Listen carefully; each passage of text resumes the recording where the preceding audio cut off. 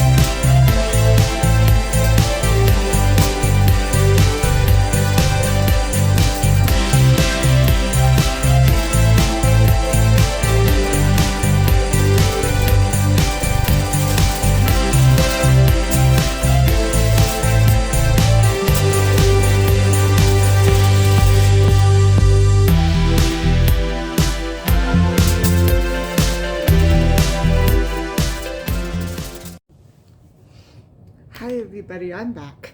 And in case you're wondering, the soup was wonderful, but the bread was out of this world. And I have actually never managed to bake my own bread that actually had a crust and a middle. Usually my bread used to turn out with all crust, nothing in between, except for something, hard and chewy.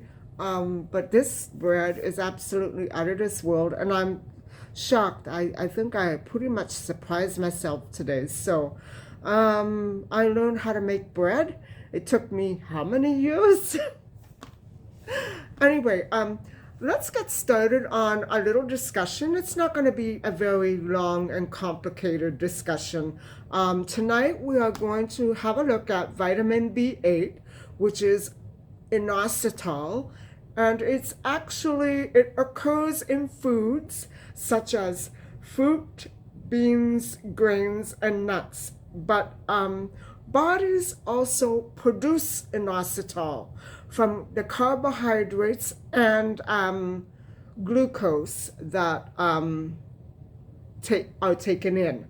And so a typical diet should contain about 1 gram of inositol daily, typically what you take in on a daily basis. And so the sources of food include grains, beans, nuts, fresh fruits, vegetables, and oranges and cantaloupe contain the highest amount of myo-inositol. It is in beans and grains, but I believe that beans and grains contain myo-inositol in phytate form, which is not bioavailable without transformation inside the body. And so that's a little complicated. In order for that transformation to take place, phytase enzymes have to be involved. And so Bacillus subtilis is a microorganism that produces the fermented food natto. Have you ever heard of that food in Asia? Well, it produces phytase enzymes that do convert phytic acid to bioavailable inositol phosphate. Bacteroids are species that secrete vesicles, and they contain active enzymes that can convert phytate molecules into bioavailable phosphorus and inositol phosphate. And so that is an important signaling molecule that works in the brain. So myo-inositol is an ingredient in energy drinks as well, either with a glucose ingredient or as a glucose substitute to increase serotonin levels and alertness. And so what does inositol actually do? Well, first of all, what is it? Inositol is not actually a vitamin like all the other vitamin B complex compounds that we've spoken about so far. It's actually a sugar that is, it does come within your body, and it is the result substance of glucose and carbohydrates combined. And I don't know if you remember, we were talking one day about the starch solution and how a fat turns that glucose and carbohydrate into something that's not good for your body. So you have to eliminate all fats. Well, that is the thing here. Glucose and carbohydrates really turn into insulin and goes right to the liver. So in big copious amounts, it's not that great. But if you know how to control that, not every human body functions the way it is supposed to, ideally. And so you have to keep an eye out for these things, guys. And so inositol is not actually a vitamin. So it plays a very big role in the human body as a major component of cell membranes, just like vitamin B5 and vitamin B4. And so it influences insulin, a hormone. Okay, so insulin, we're not talking about insulin that you inject. We're talking about the hormone that is produced within your body, in the pancreas, I believe. And it's essential for blood sugar control. And so if that goes out of whack, you could develop diabetes. So that's an important organ.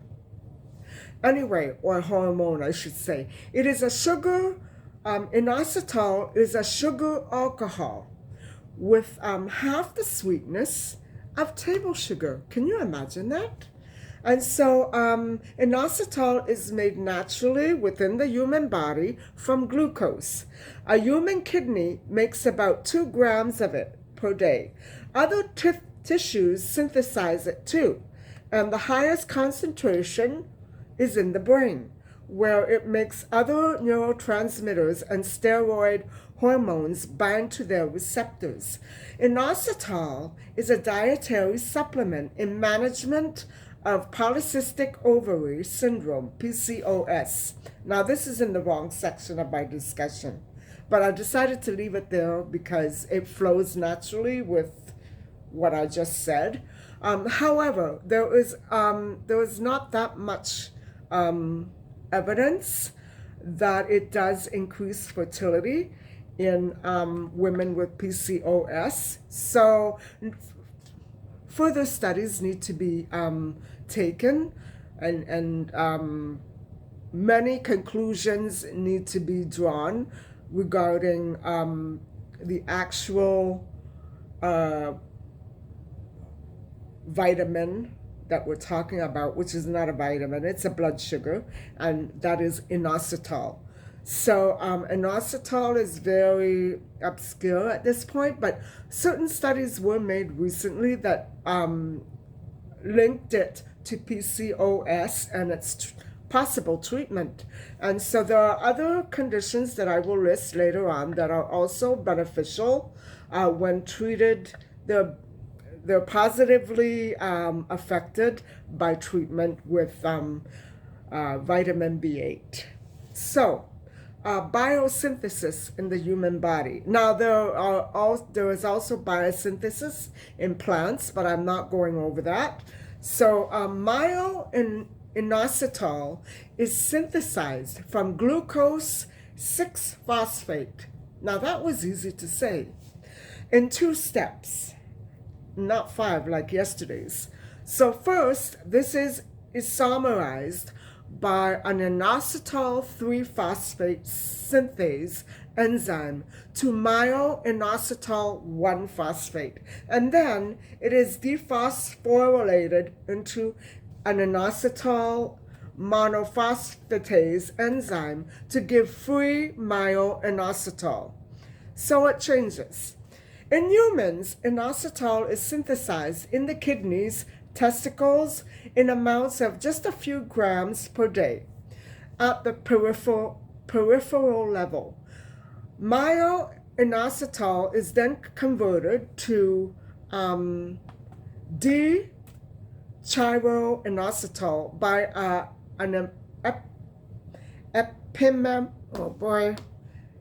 epimerase.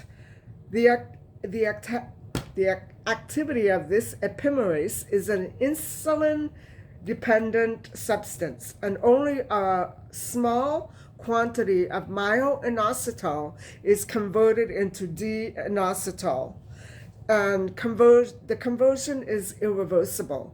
So inositol and phosphatidylinositol and their monopolyphosphates work as messengers in intracellular signal transduction pathways. So they are involved in biological processes, including insulin signal transduction, cytoskeleton assembly, that must be neonatal, nerve guidance, intracellular calcium concentration control, cell membrane maintenance, breakdown of fats, and gene expression. Yes, some of them do sound as though they're neonatal processes, so that's pretty important. In one pathway, for example, phosphatidyllinositol biphosphate is stored in cellular membranes until it is released by signaling proteins and transformed into messengers.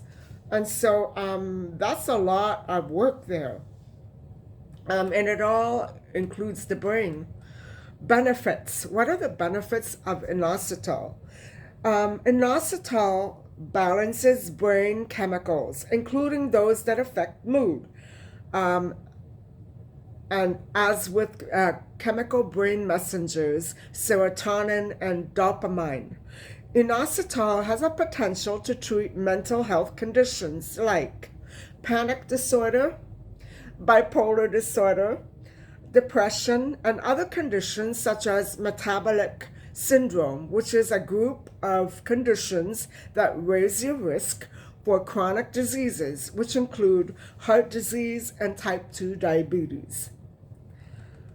5 conditions that exist for the metabolic syndrome group are excess stomach fat. Mine is, a lot of it is muscle. I did 400 crunches a day. So a lot of it is muscle. High blood triglycerides. Oh boy. Low good cholesterol levels, high blood pressure, and high blood sugar. So those are the conditions that inositol can probably alleviate. Negative side effects, in case your body is toxic with all this, in case it's overdosing, you know what I'm saying?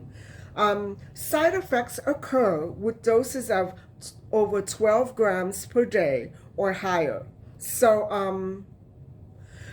those include nausea, gas, difficulty sleeping, headaches, dizziness, and tiredness.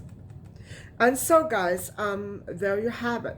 That is my explanation in a nutshell. It wasn't very long, was it? And I was actually surprised to find out that it is not actually a vitamin in the traditional sense, that it has to be taken in, although many foods do, like oranges, cantaloupes, and nuts and grains, they do contain inositol, but it's something that magnifies once it's in your stomach and in your system. And glucose, insulin, those are all carbohydrates, those are all words that, those are all things that interact with inositol once it hits your body and your digestive tract. And so I think one of the most innovative leaps ahead with this particular substance is that it is probably very beneficial to mental health conditions, and also women with PCOS. Although in both cases there is a lot of research that is still lacking. We only know that in the presence of inositol, these conditions are alleviated slightly or very much. It depends on what the studies are actually looking for. And so a lot of these studies don't have the specific criteria. They're not operating by this specific criteria, and so a lot of it is up in the air right now. But I think it's relatively new, the studies that are going on with vitamin B8. It's relatively a new field. but I think it's a very important one. And so if you do have issues with PCOS or diabetes, you should really try to find out as much as you can about inositol and what is too much, what is not enough, what is right for your body. Talk to your pharmacist, talk to your doctor, because they have everything on file for you right then and there.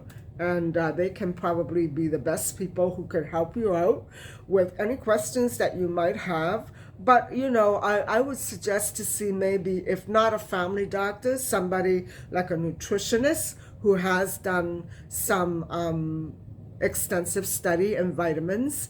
And so I think I may have missed my calling as a nutritionist, because this is all so interesting, and it's a wonderful science, isn't it? It's constantly changing and constantly